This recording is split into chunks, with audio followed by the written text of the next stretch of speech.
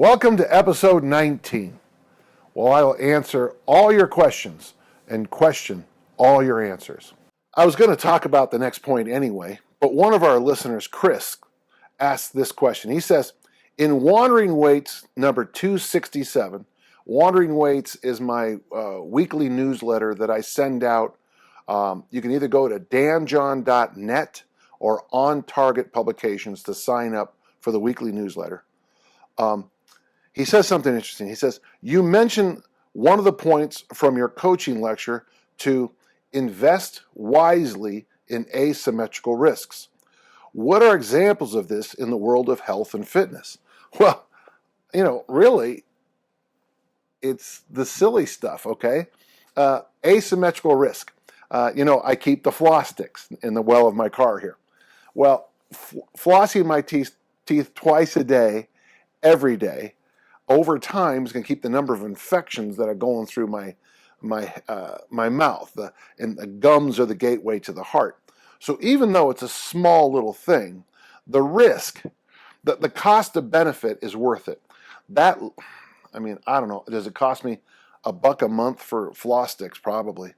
That tiny investment really is so much larger than the risk of dealing with infections into my system that will damage my cardiovascular system. Listen, it's the simple stuff. You already know this. You do. It's wearing a helmet when you ski. And there's an interesting point right there. When I first learned to ski, the technology of skis was so bad that when you went down a hill, you went about 10 miles an hour. And now you can rent on your first day ever parabolic skis with the very fancy little stuff on them, and you probably can go as fast as Olympians did in 68, 72. The only problem is you don't know how to stop. If you can rollerblade, you can ski downhill. The problem is you don't know how to control it. So the reason we wear helmets in skiing now is that you go so much faster. Wearing your helmet when appropriate, going to getting an annual physical, seeing the dentist 3 times a year, seeing your eye doctor. Those are the big ones in health, fitness, and longevity. They're all those tiny little things. If you catch something like a skin cancer early, and you might notice I've had a little work lately, catching that early is so much better than catching it late. Your chances of survival go through the roof. When I first came up with that standard 1 foot test back in 1991, and a guy I was working with all of a sudden couldn't stand at 1 foot. Well, we sent him to the doctor, and they found out he had one of the very beginnings of prostate cancer. So he got to deal with that, months, years ahead of when most people do. That's an asymmetrical risk. Very, very small investment, but the benefits are enormous. And as a coach, you spend a lot of time on that. When I work with discus throwers, we're always trying to teach them last throw, best throw. So we set that up so no matter what situation they're in a track meet, they always feel as they enter the ring that they have a big one in them. In like an American football, you might only have 1, 2, or 3 times a year where you practice a 2-point conversion. But if you practice those every week, you're going to be pretty good. There's a play where you take a safety on purpose to run the clock out and, don't give the other team a chance. Well, you can't just in the middle of the game say, hey, take a safety. So the benefits of that tiny little bit of work outweigh that tiny bit of cost. That's a good question. Thanks for asking. All right, we have a number of questions here, and I like some of them. This is from David. Over the years, I've suffered a lot of shoulder injuries resulting in surgeries on both shoulders. Well, I'm sorry to hear that because shoulders and hips, they're crucial. And once they get hurt, man, it's just, I'm walking with you, my friend. And now the beginning of arthritis and some limited shoulder mobility. As much as I find Olympic lifts not overly accessible, I've often substituted kettlebell cleans and snatches as they allow me to train mostly pain-free. But you're wondering about my thoughts. Well, here's my thoughts, David. I like it a lot. One of the reasons I always have older men, especially now, in North America, if you're male, the chances you having shoulder problems is a small 90%. In fact, most of my male audience right now, the joke I always give at clinics is, raise your hand if you have shoulder problems. That's funny. When you're doing two-handed overhead presses, the shoulder, you're stuck in this particular range. But if you do one-handed kettle presses, you can move in and around an appropriate range. So when you're doing a kettlebell snatch, you might be able to swim through as you come up to a place that keeps your shoulder happy. Versus if you Olympic snatch, and I know this because I hurt my shoulder when a bar stopped rotating, you are stuck literally in one very ballistic line of force. So yeah, I would say yes, David, the kettlebell is much more forgiving. Our friend Jonathan asks a question. I'm a 33-year-old former college athlete. He was a soccer keeper who has been sedentary since 2010 and slowly gotten fatter and less fit. There you go. The great American way. I am seeking a new athletic goal or pursuit to motivate me, and I have landed at beach volleyball, which is a great choice. I play semi-regularly and pretty good, and it's a natural physical fit. He's tall, he's got long arms, he has good reflexes as a former soccer keeper. I was wondering how you would train an aspiring beach volleyball player. Everybody who is listening in the audience knows what I'm about to say. Are you ready? Play beach volleyball. Do not think that the answer is in the weight room. Do not think the answer is on the track doing plyometrics. Do not start jumping up and down on boxes. You're 33. And as I understand this, I'm reading this right, this is new to you. So every minute you play in the sand is better than all the extra training. That doesn't mean it doesn't have value, but I've got to knock this through your head, Jonathan. It's beach volleyball that you want to play. Would I need a double body weight squat first, as I have read in Easy Strength? No. Any value to long, slow cardio? No. Oh, to help him lose fat. Okay, I had to be careful there. So let's go over the fat loss matrix. Sleep.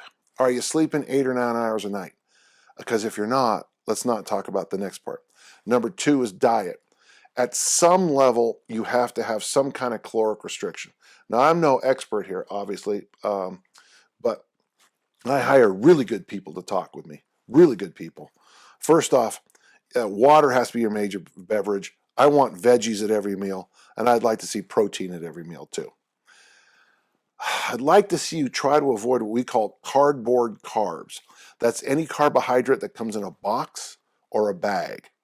So get your carbohydrates from vegetables as much as you can. Will long, slow distance help you? Well, at 33, the thing I would make sure I did was use Maffetone's number, 180 minus age. So for you, you shouldn't get your heart rate over 147 on this running or whatever you're doing. Rucking might not be a bad idea. Put on a weight vest, maybe carry 2-pound weights in each hand and pump them. Because the sport of volleyball is going to get all your jumping, your plyometrics, whatever you want to call them. But this rucking where you're pumping is probably going to do a lot of good to keep your legs fresh while you try to burn some calories. So yes, but remember, your top end is 147, and then the other number is 160 minus your age, which is 127. So try to keep that whole period between 127 and 147. By doing the rucking and keeping your heart rate in that zone, you're not going to be messing at all with your spring. I would worry if you were jogging, because every time your foot hits, I don't have your weight here, but it's about 2,500 to 20 and higher, 2,600 pounds of force every time your leg hits the ground. And to be honest, that's a lot of pounding, and that's going to be hard to recover from. So play more sand volleyball, beach volleyball. Number 2, if you're going to need to lose fat, I want you walking Weight vest and weight in the hands is really a good thing too to get that heart rate where you need it to be. All right. And good luck to you, Jonathan. Let us know how it goes. We have a question from Brian. The guy who works with me, his name is Brian. Do you know him?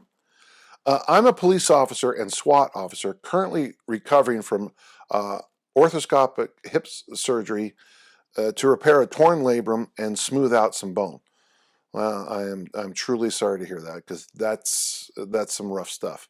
While recovering and unable to train hard and heavy, I rediscovered your book, Intervention, and I'm working to rebuild my body with pattern and grind movements.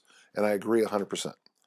I'm young, only in my 30s, but with high mileage and a ton of accumulated injuries from sport and work. Do you have any advice for continuing to progress in a way that will keep me in the game and uninjured, but still maintain adequate physical capacity? You know, Brian, I'm not trying to sell anything, but intervention is the root of what danjohnworkouts.com is.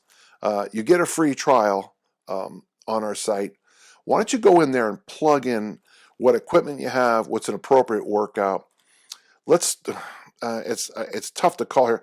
I wouldn't mind seeing you train 4 or 5 days a week with your goal set, but plug in the equipment you have, kind of what you want, and play around with those exercise choices a little bit with the up-down arrow. And I think that's your best bet. What you need is you need to do some warm-up. You need a little bit of tissue work. You need the fundamental movements. And then thank you very much, go home and come back again and do it. So I think we have a tool for you that's going to be perfect for you. The number one thing I don't want you to do is go online and look at workouts where people vomit and do things that pulls their body apart and breaks them. Let's just, in the great classic, The Brothers Karamazov, the woman goes to Father Zazissima and says, Father, I've lost my faith. And he said, how did you do it? And she says, I lost it little by little. And he says, we're going to get it back little by little. So Brian, my argument to you, my suggestion to you is let's build yourself back up little by little. Let's see if you have the personal discipline to show up 4 or 5 days a week and do these general simple workouts and keep coming back 6 weeks, 12 weeks, maybe 18 weeks before we talk about where to go from there. All right. Well, this is exciting. This is our second Brian of the day. I think this is a record for Brian's. I'm not sure. I enjoy listening to your podcast and reading your books, articles, etc. Recently, you mentioned on the podcast that you tried CrossFit for a couple of years, but you didn't feel like you got anything out of it. Why is that? Because I didn't get anything out of it. As a discus thrower, there's a great little line in the sand called distance. And if the discus goes farther, the program is working. But in the case of CrossFit, the discus was coming back to me. Fortunately for me, I was also at the same time discovering easy strength and loaded carries. So after I did that, all of a sudden my numbers started jumping up again. And honestly, I thought it was terrible at the time, but in January 2006, I got kind of viciously attacked by the CrossFitters, and it worked out great because we were all able to abandon that and move on. And I was already starting to have all kinds of issues. The nice thing was by 2007 and 2008, I had the 2 best years of my Highland Games throwing career. So that's what I like about being a track and field athlete or even a swimmer, is you know if it's working because your performance improves. And if it doesn't improve, I don't want to hear the nonsense. All right? He continues, I expected you to be a fan of CrossFit after having read a lot of your material. Well, it's not, everything has its place, Brian. I mean, Ecclesiastes, there's a time for everything under the sun. The knock I have on CrossFit is everybody I met in the CrossFit community, they're all gone from 2004, 5, and 6. I taught them how to Olympic lift, and later they kind of pooped on the way I did it. But it's weird because when someone's snatching 75 pounds and teaching the Olympic lifts, and then critiquing me with my 314-pound snatch for not teaching it right, I oddly have issues with that. Maybe it's my ego getting in the way. So yeah, Brian, if you want to do it, do it. I seem to get these same kind of questions all the time. Dan, what do you think of simple and sinister? Well, it's one-handed swings and heavy Turkish get-ups. Two things I don't do. So what do you think of it? So it's one-handed swings and heavy Turkish get-ups. Two things I don't recommend or do. So should I do it? Absolutely. Go ahead. I've got family members buried all over this planet for your freedom of speech and freedom to do any workout you want. So yeah, it's okay. If you have a lot of CrossFit questions, the place to go would be to go to CrossFit. We have a question from Rodrigo. I am going for a long trip with my girlfriend in February at Patagonia, in which we are planning several multi-day trekking in the 5 to 10 day range. Well, one of two things, Rodrigo. Either at the end of that, you will bend your knee and ask her to marry you, or I'd like to hear the other one. What kind of training would you suggest for us to best prepare for this? You know what I'm going to do for you, if it's okay with Brian? I'm going to give you my climbing program, and we'll put it up on danjohnworkouts.com. It's a multi-week program. We'll have it up on the site, and maybe even a pointer or something like that to it. I wrote this for a guy who wanted to climb a huge mountain somewhere, and because he's a writer, he didn't have very much time. So I'll put that up on the site for you. It's in a number of my books, but it's let's just give that to you, and then you can plug in where you are to do what you need. One of the things I recommend, and this is important, is that I want you to do dry hiking a lot. So much of the training is, well, we call it rucking now, but I don't know if I had the word when I came up with the program a couple of years back. But I want you to wear the backpack you're going to wear, stuff it full of odds and ends so it doesn't fit right. So you have a few weeks to practice where the straps should be, where they should be correctly on you. The boots you're going to wear, I'd like you to wear them for 6 weeks before you go on the hike so you know where the hot spots are and things like that. I also do some things I recommend for my athletes when they perform. For example, drinking sugar-free orange-flavored Metamucil every night for about the 10 days going in. Everybody laughs about bowel movements, but you won't be laughing if you haven't had one in 48 hours on a backpack. So yeah, so we'll take care of you, Rodrigo, if that's all right. Okay, we got you covered. Mike asked a good question. Actually, of all the questions this week, this is the one that I actually thought about the most. Oddly, because it's also the shortest one. Just out of curiosity, did you ever meet Bill Starr? Now, the odd thing is, no. But it is strange that we did not. So my high school, South City High, South San Francisco, California, was heavily recruited by University of Hawaii when I was there. My friend Tom went there. My friend Harold went there. Barry Mamini went there. And the strength coach was Bill Starr. And a really good friend of mine, Dan Martin, had him as a coach. One of the things people miss about Bill Starr was his absolute honesty. Now, whether it shows up in the modern books, I don't know. But in 1968, he wrote an article in Strength and Health where he pulled no punches. He said very simply, you got to learn how to take amphetamines and you got to learn how to take anabolic steroids. So you got to remember this when you read Bill's work. He was crystal clear on it. I had some buddies tell me that as nice as anabolics are for recovery, amphetamines were the game changer for big lifts in the weight room. If you're on beanies enough, that was a phrase, 60s, okay? What did my daughters tell me all the time? Get over it, boomer. But if you're on beanies and someone threw more weight on the bar, you might leap up and do it. Guys would get personal records every other lift. I think now in 2020, I think Bill Starr gets a little bit diluted. All of a sudden, Bill Starr now is 5 sets of 5. He's medium, light, heavy, which is just basically the old York program. It's been around since the 1930s. He does get a little bit diluted now, and that's too bad because he was a fine Olympic lifter and used the power lifts as a supplement. And now when you study people who follow his methods, you don't see any Olympic lifting at all. Mike, that's a good question. And it is strange I never met him. I've met a lot of people in our field, but Bill Starr is not one of them. It might have been that East Coast, West Coast thing that was going on with Olympic lifting, and the coasts did not like each other very much. So it could have been that, so I was never at the meets he was at or whatever, but I did not. We have a question from John. Now that's a nice name. I used to be a decent strength athlete, powerlifting, Olympic lifts, rugby, prop, and then he adds lacrosse. I've never heard the word strength athlete and lacrosse in the same sentence. I've been battling a bad knee and haven't worked out in about 4 months. I see a physical therapist and an ortho, and they want me to strengthen my legs. Yeah, that makes sense. I need to wear a brace and manage my own pain and swelling. That's fascinating. So you have this, you're seeing all these people, and now let's talk about training.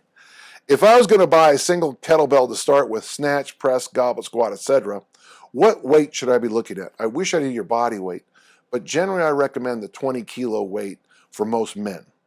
The 3, if you don't want to buy a 20, you want to buy 3, I go with the classic 3, the 32, the 24, and the 16. Depending on how strong you are, coming in, the 24 might be your best bet if you're a true strength athlete. If you're kind of new, I always slide to the 20. It's the Goldilocks thing for men. The 16 is too light. The 24 can be too heavy. The 20 is just right. It's funny how much Goldilocks really does show up in the weight room. Is there a magic ratio of reps exercise that is 10 snatches, 5 presses is a good weight for a bell? I can go play with them at the store and see how it works. Boy, that's, I don't have a magic ratio for how you pick your bell, but 5 presses is pretty good. I mean, the nice thing is when you get up to, if you can do 5 today and over time, that same bell, you're at 10, we clearly see some progress there. That's really, I like those numbers. I have never really, John, I've never really thought about, picking out specific, numbers to make the bells work, but you could do a lot worse than that. Also, I know your knees are bad, but test out a goblet squat or 2 with it too. If it's just too brutal, you might have to buy a pressing, snatching, cleaning bell, and the other bell for goblet squats, or maybe we just don't do them. All right. Good luck to you on this. I would like to hear how that wheel is feeling. I'm a little concerned for you. We have a question from Zachary. I'm hoping you can provide some technique tips for the ab wheel. It is the simplest exercise in the world, but I'll try to help you. To me, as someone who does it from the knees, which I agree, it feels like a straight arm lat pull down on a cable machine, which is exactly what I think you should do. I have a feeling it's supposed to be more abdominant. Real quick, Zach, the body is one piece. The body is one brilliant piece. To make the glutes work harder, you have to engage the abs. To make the glutes work harder, you have to push your knees apart. The body is one piece. So the abdominal wall doesn't just sit there like Frankenstein's monster got it, sewn in there. It might be worth your time to look at Meyer's book Anatomy Trains and look how this system is tied into the lats and everything else, by the way. So let's not call it abdominant, okay? The reason I like the ab wheel so much is that when I train people, we do so many deadlifts and snatches and cleans. And the nice thing about the ab wheel is it's the opposite direction. It gives some balance to the training, though we probably don't do enough. The other concern I have is regarding the transition point. I prefer the rollout in lumbar extension or neutral spine, and at the moment when I transition to the rollback, I feel my tail tuck under, which means lumbar flexion. I essentially finish the exercise in the cat vomit position. Yeah, that's, I think, how you're supposed to do it, if that makes any sense. I can feel my abs when I do this. That's how it should feel.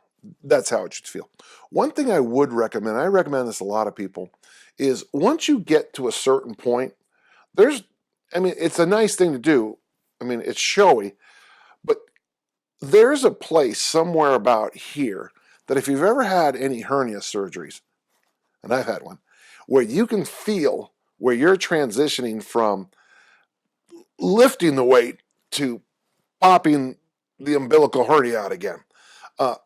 I try to get people to focus more in the range of about here and really slow down and really show the proper effort there. You don't have to do a magic shoulder trick to bring it all the way out. And while we're talking about that, Zachary, if they have the handles here, you do need a lot of shoulder flexibility to get there. I use the Sorinix ab wheel, the one that the hands are out about here, and it's much more friendly to the shoulders of a North American male with our shoulder issues. Well, our last question today, which amazes me, is from John. This is two Johns, two Brians. I think our readers are getting lazy. They're just using the same names all the time. What you got for favorite workouts with a weighted vest? I got one. It's called rucking. You put it on, you go for a walk. At the gym I train at, a number of people do things like push-ups with weighted vests. I'm just so old school, I just don't see the value of it. Now, I could be talked into doing pull-ups with the weighted vest or even hangs with the weighted vest. I certainly understand that because that is progressive resistance exercise. The vests I have, they come in these little, and you can pull the weights out of them like this. So you could do a pull-up with just one tiny little weight on there, and over a series of months, add up every single one of them. But for me, it's just the two exercises. So it's rucking and the pull-up. I love weighted vests. When I was young, we used to try to improve our speed by wearing them. And of course, now we know that actually, I don't know if it inhibits speed or slows you down, but when you do the physics on speed, you'll on running with that huge foot crash every time, that extra weight is probably doing. I hate to say this, but I would be concerned it might be doing more damage than help. But I would say one thing: if you get a chance to run up hills with a weighted vest, you'll discover muscles in your body that you might have forgotten long term. I hope that was helpful. That is a good question, John. Well, that was a quick one this week. Listen, I'm always here to answer your questions. The best way to ask questions, of course, is go to podcasts at danjohnworkouts.com. It'll come right to us, and we'll put them up on the next podcast, okay? I do my best to answer every single question. But the problem is, if we can get them all in one place, then I don't have to repeat the same questions over and over. Hey, and so until next time, keep on lifting and learning.